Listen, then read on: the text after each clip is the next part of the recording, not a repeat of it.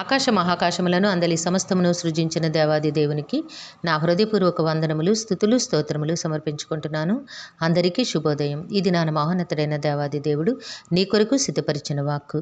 తన నిత్య మహిమకు క్రీస్తునందు మిమ్మల్ని పిలిచిన సర్వకృపానిధియగు దేవుడు కొంచెము కాలము మీరు శ్రమ పడిన పిమ్మట తానే మిమ్మల్ని పూర్ణులనుగా చేసి స్థిరపరిచి బలపరుచును. దేవుని నామమునకు మహిమ కలుగునుగాక.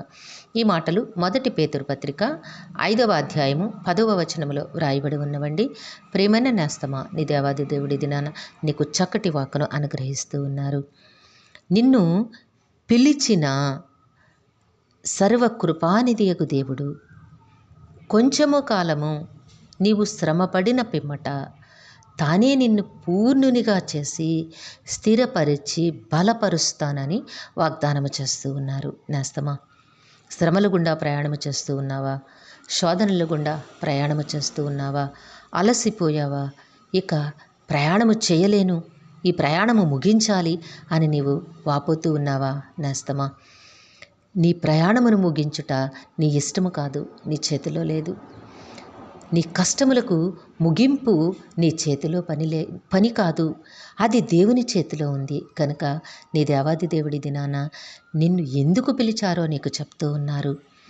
నిత్య మహిమకు క్రీస్తునందు నిన్ను పిలిచిన సర్వకృపానిధియగు దేవుడు యేసుక్రీస్తు ప్రభువు యొక్క శిలువ బలియాగము ద్వారా నీకు నిత్య మహిమ అనుగ్రహించబడుతోంది. గనుక ఆ మహిమకు నిన్ను అర్హునిగా ఉండుట కొరకు దేవుడు పిలిచారట. ఎంతటి యోగ్యత నీకు దేవుడిచ్చారో తెలుసా నేస్తమా? ఈ అల్పకాల ఈ శ్రమలను అనుభవించుట నీకు కష్టముగా ఉంది, నిజమే.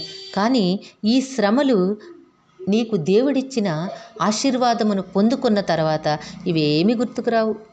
ఇవన్నీ కూడా చాలా స్వల్పముగా కనిపిస్తాయి. కనుక నేస్తమా, కాస్త ఓపికగా ఉండు. దేవుడు నీ బ్రతుకులో ఉన్నతమైన కార్యములు చేయబోతూ ఉన్నారు. ఆశీర్వాదకరమైన సంగతులను దేవుడు నీ జీవితంలో అనుమతించనయ్యున్నారు. గనుక దేవుని వైపు ఆశతో నిరీక్షణతో ఎదురుచూడు. దేవుడు నిన్ను విడిచిపెట్టలేదు, విడిచిపెట్టారని నువ్వు అనుకుంటున్నావు. శ్రమలో కష్టములో విడిచిపెట్టే దేవుడు నీ దేవుడు కారు. నీ కష్టములలో, నీ ఇబ్బందులలో, నీ యాతనలలో నీతో ఉండి నీ చేయి పట్టుకునే దేవుడు నిన్ను నడిపిస్తూ ఉన్నారు నేస్తమా. కాబట్టి త్వరలోనే నీ జీవితములో వెలుగును చూడబోతూ ఉన్నావు, ఆశీర్వాదమును అందుకోబోతూ ఉన్నావు. ఇహమందును పరమందును దేవుడు తన ఉన్నతమైన ఆశీర్వాదములతో నింపి నిన్ను జీవింపచేస్తారు.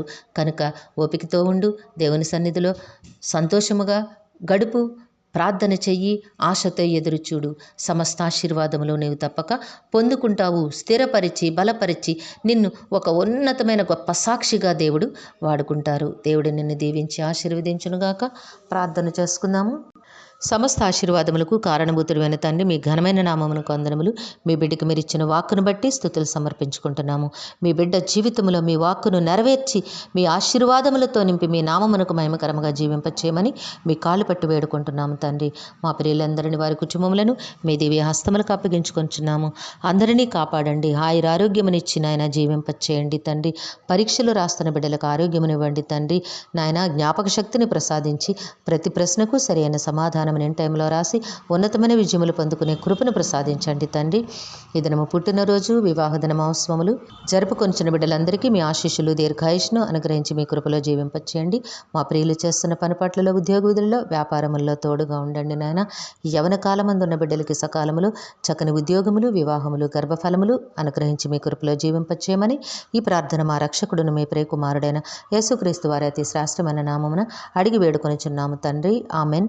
సర్వకృపానిధియగు దేవుడు మీ కుటుంబ జీవితంలో ఉన్నతమైన ఆశీర్వాదములు అనుగ్రహించి మిమ్మును ఆయన నామ మహిమ కొరకు జీవింపచేయునుగాక. Amen, amen, amen.